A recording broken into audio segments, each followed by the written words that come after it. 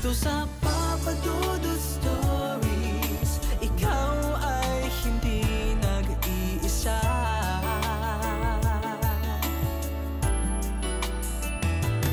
Dito sa Papa Dudut Stories. Isang magandang gabi sa inyong lahat. Ako po si Johnny, 35 years old na ngayon at isang lady guard na nakatira dito sa Quezon City. Anyway, gagamitin ko na ring opportunity ito para batiin kayo ng Merry Christmas and Happy New Year. Isa ako dati sa mga milyong-milyong Pilipinong excited ngayong holidays. Hindi lang dahil sa Christmas party, 13th month pay, Christmas bonus, company raffle at kung ano-ano pang mga regalong makukuha natin sa araw na ito. Excited ang karamihan sa atin kasi pinagdiriwang natin ang kaarawan ng ating Panginoong Hesukristo at opportunity na rin kasi ito para magkasama-sama at mabuo ang ating pamilya. Pero noong 2020 ay nagbago ang aking buhay nang mamatay ang aking asawa dahil sa COVID-19 at dahil sa wala rin kaming mga anak. Mag-isa niya akong iniwan. Wala rin akong close na kamag-anak dahil halos lahat ng mga kaklose ko ay nag-migrate na sa Amerika at Canada. At yung mga natira ay yung mga hindi ko kaklose o yung mga kamag-anak na may kaunti akong galit. Dahil doon ay simula noong December 2020 ay mag-isa na lamang akong nagse-celebrate ng Pasko. Oo, Papa Dudut. Malungkot na mag-isa lalo na sa mga panahong ganito. Pero wala na akong magagawa pa. Kaya naman sinanay ko na lamang ang aking sarili. Mag-isa akong nagdo-Noche Buena, nireregaluhan ko na lamang ang aking sarili at kapag bagong taon ay mag-isa akong dudungaw sa rooftop ng aking bahay para manood ng mga magagandang fireworks. Samantala ng sumunod na Christmas season, taong 2021 ay hindi ko akalain na magkakaroon ako ng isang nakakakilabot na karanasan na hindi ko akalain na mangyayari sa akin sa totoong buhay. Papa Dudut, sa totoo lang, hindi ako naniniwala sa mga multo. Katunayan, kaya kong pumunta sa mga madidilim na lugar. At para mabilis na makarating sa aking bahay ay may shortcut kayong tatahakin sa isang sementeryo. Dahil nga sa ang duty ko noon sa trabaho ay 6 p.m. hanggang 2 ng madaling araw, pag uwi ko sa bahay ay dumaraan ako sa shortcut sa sementeryo. Madilim at tanging built-in flashlight sa aking cellphone ang nagsisilbi kong ilaw. Oo, nakakaramdam ako palagi ng pagtaas ng aking balahibo dahil kakaibang lamig talaga ang sumasalubong sa akin. Plus yung feeling na parang may kasama ka o may nagmamasid sa iyo sa malayo. Ganon pa man ay hindi pa rin yun naging dahilan para maniwala ako sa multo. Dahil para sa akin bago ako maniwala ay kailangang makakita muna ako. Pero Papa Dudut, ilang taon na akong dumaraan sa sementeryong yon. Pero wala naman akong nakikitang mga multo. Pero nagbago ang aking pananaw tungkol sa multo simula noong December 16, 2021. Natatandaan ko na day off ko noong araw na yon at mag-isa lamang ako sa bahay. Mailaw na sa labas dahil sa mga kumukutitap na mga Christmas lights.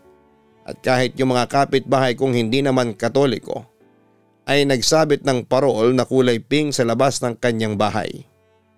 Tanging ang bahay na tinitirhan ko lamang ang walang Christmas lights at kahit anong Christmas decorations ay wala akong nilalagay.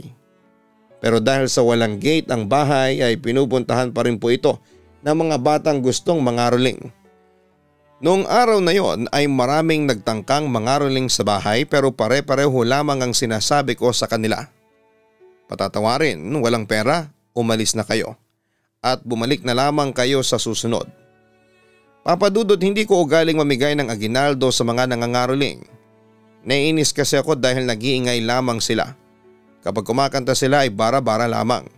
Hindi man lang pinag-isipan o pinaghahandaan. Oo, hindi naman lahat sa kanila ay nabibiyayaan ng talento sa pagkanta pero sana naman ay nag-e-effort pa rin sila at pinaghuhusayan. Kaso hindi, para lang silang naglalaro, hindi sila nagseseryoso. At saka paulit-ulit yung kinakanta nila na sa may bahay ang aming bati at we wish you a Merry Christmas. Kaya sa sobrang inis ko ay pinaalis ko na lamang talaga yung mga batang nangangaroling. Ngunit mga bandang 7 ay may narinig akong nangaroling. At hindi katulad ng mga nauna. Mag-isa lamang ang narinig kong boses. Batang lalaki at hindi tulad ng iba na sintonado at barabara kong kumanta. Etong batang ito ay may boses at pinag-isipan ng kanyang kanta. Silent Night ang kinanta nito na sinasaliwan ng tunog ng tamburin. Namamas ko po, magalang na wika ng bata sa labas pagkatapos niyang kumanta. Hindi ako kumibo noon at nagpretend na walang tao sa bahay. Pero nagstay pa rin ang bata dahil nakikita ko ang kanyang anino sa kurtina ng bintana.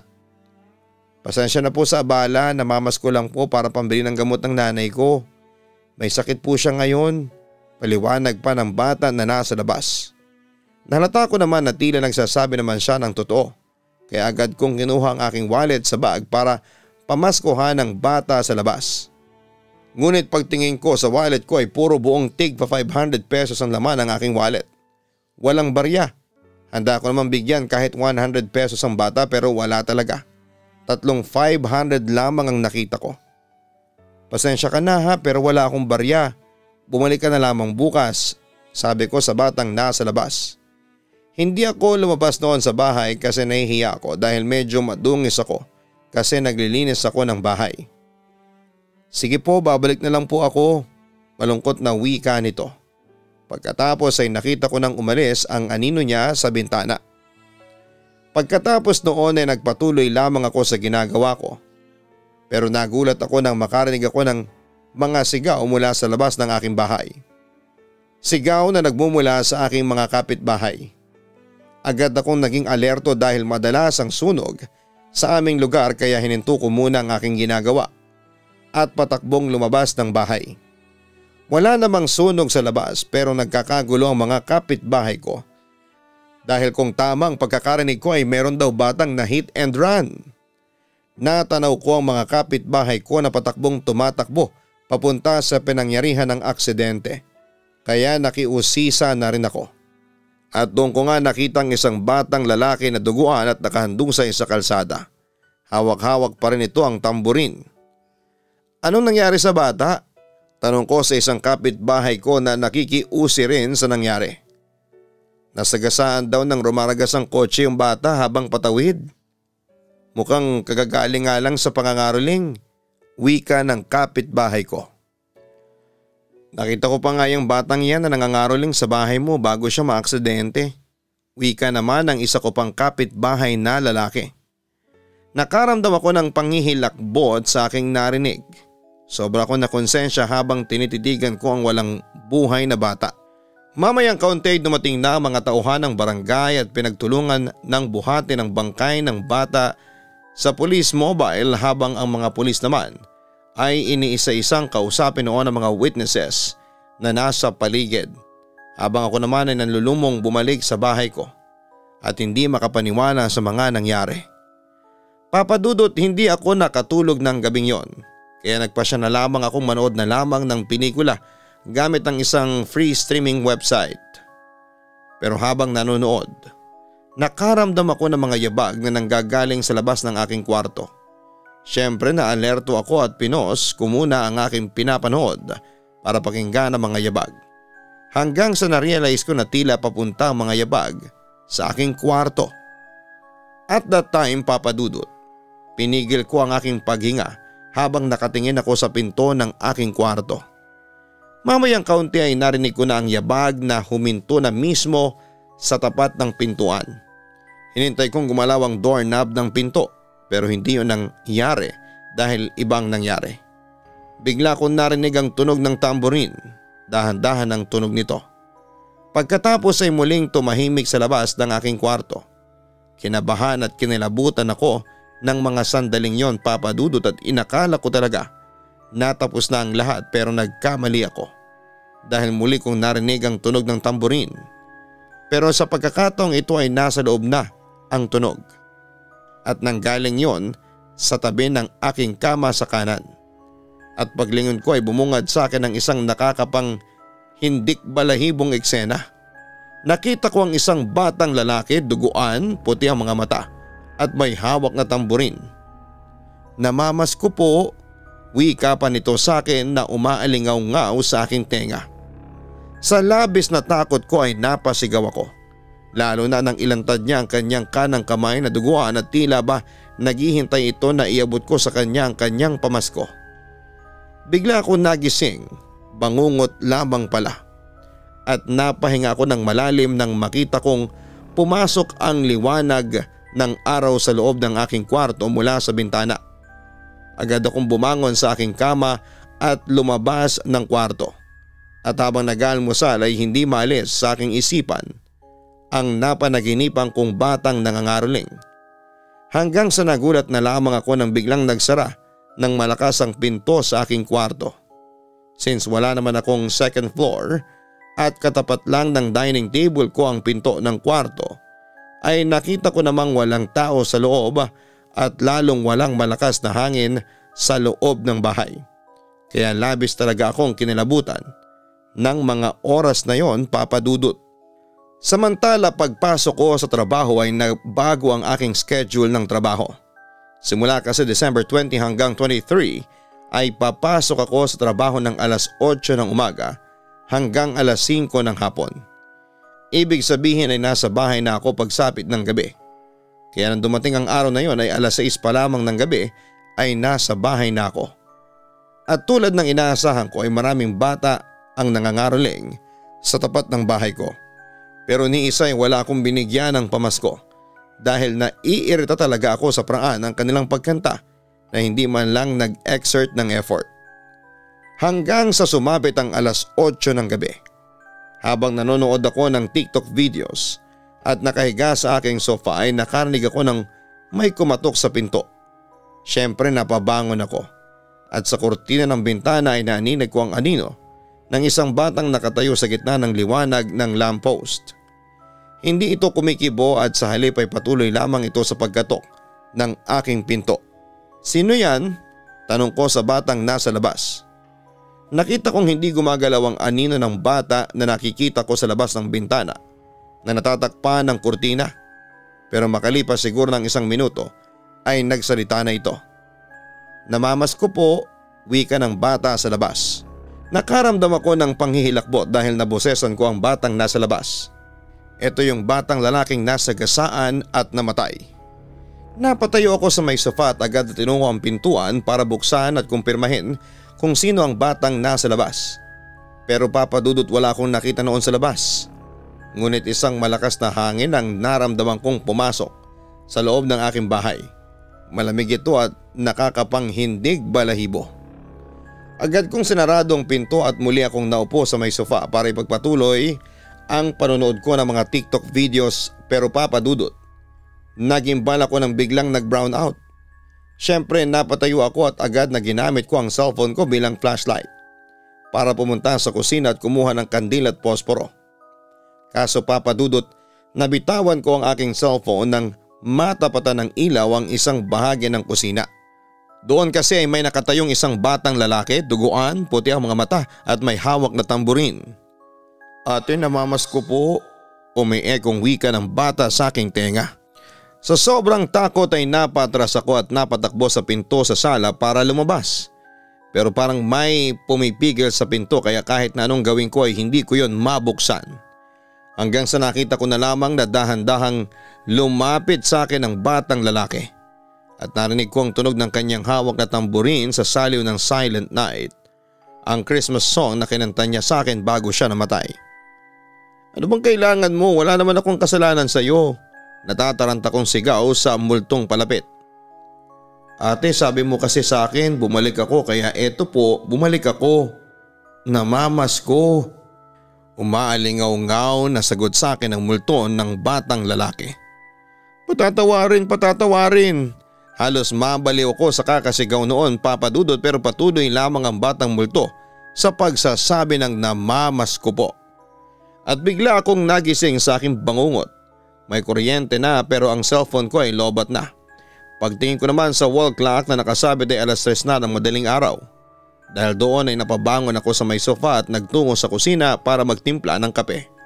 At sa pagsikat ng araw ay agad akong nagbihis para pumasok na sa trabaho. Pero habang nasa work ay hindi ko talaga matanggal sa isipan ko ang batang lalaki na nangangaroling na namatay noong December 16.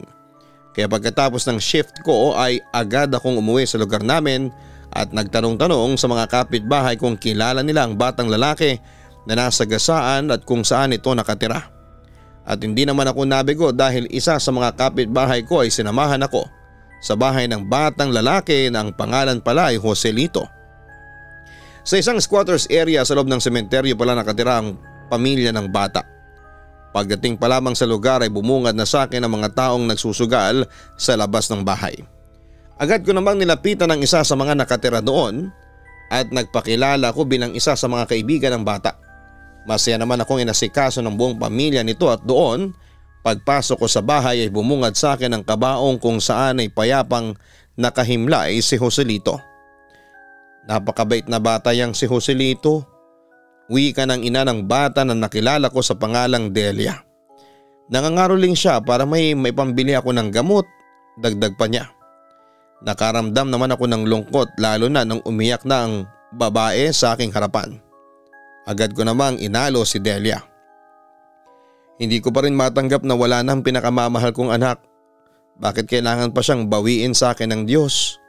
At kung kailan pa malapit na magpasko, aniya. Hindi naman ako nakakibo pero ginawa ko pa rin ang lahat para maipakita ko ang pakikisimpatya sa ina ng batang nasagasaan. Pagkatapos noon ay nag-abot ako kay Aling Delia ng kaunting halaga bilang abuloy kay Joselito. Abot langit naman ang pasasalamat sa akin ng ina ng bata. Samantala mamayang kaunti ay nagpaalam ako kay Delia na silipin ang labi ni Joselito sa loob ng ataul. Habang pinagmamasdan ko siya hindi ko maiwasan na maiyak. Dahil nakukonsensya pa rin ako noon dahil hindi ko siya napamaskuhan noong nabubuhay pa siya. Joselito, pasensya ka na kung hindi kita naabutan noong ng pera nang mangaroling ka sa bahay ko. Wala talaga akong pera noon eh. Pero muwabawi na ako. Inabot ko na sa mama mo ang pamasko mo. Kung nasaan ka man ngayon sana'y masaya ka. Huwag mo na rin akong tatakutin ha. Wika ko habang kausap ko ang labi ni Joselito na nasa loob ng kabaong. Mamayang kaunti nang bumalik na ako para magpaalam kay Delia ay natanaw ko si Joselito sa malayo. Nagliliwanag na ang mukha nito at hindi na nakakatakot ang itsura. Nakangiti rin ito at kumakaway sa akin at para bang nagpapaalam na siya sa akin. Pagkatapos noon ay unti-unti siyang naglaho sa liwanag. Papadudot bagamat hanggang sa ngayon ay hindi pa rin nakakamit ni Joselito ang hustisya. Dahil hindi pa rin nahuhuli ang nakasagasa sa kanya, ganun pa man nairamdam ko na payapa ang kaluluwa ng bata dahil nagawa pa niya ang kanyang huling misyon, ang makuha ang kanyang napamaskuhan sa akin. Sa ngayon ay okay na ako at masaya na rin sa buhay ko kahit na mag-isa pa rin ako sa buhay. Naging kaibigan ko na rin ang ina ni Joselito na si Delia na ngayon ay magaling na sa kanyang sakit. At eto ngang nakaraang Pasko ay sila ang nakasama ko. Salamat sa batang nangangaroling kasi kung hindi dahil sa kanya, hindi ko makikilala ang mga mabubuting taong tulad ni Delia. Papadudot hanggang dito na lamang ang aking kwento. Sana'y mabasa mo ito at may tampok sa inyong programa. Muli, Merry Christmas and Happy New Year sa inyong lahat. Lubos na gumagalang, Johnny. Ang buhay ay mahiwaga, laging may lungkot at saya. Sa Papa Dudut Stories, laging may karamay ka.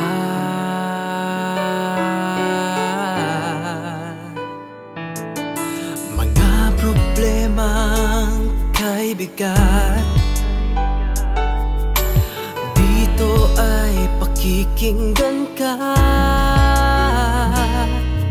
Sa Papa Dudut Stories, kami ay iyong kasama. Dito sa Papa Dudut Stories, ikaw ay hindi nag-iisa.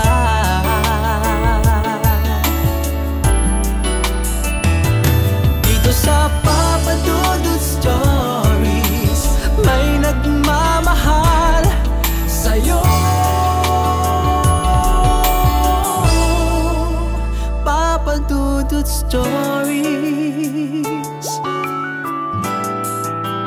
Papa Dudut Stories. Papa Dudut Stories.